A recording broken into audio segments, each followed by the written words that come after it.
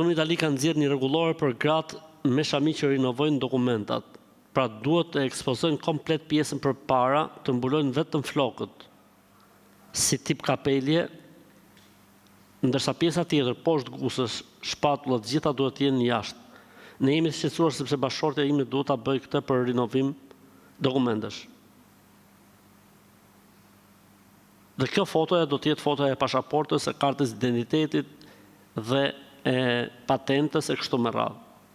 Çfarë duhet bëjmë? Nuk lejohet një gjë e tillë fetarisht.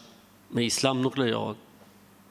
Dhe unë nuk besoj që ti je rasti i parë në Itali që ke këtë problem, besoj që gjithë muslimanët kanë këtë problem.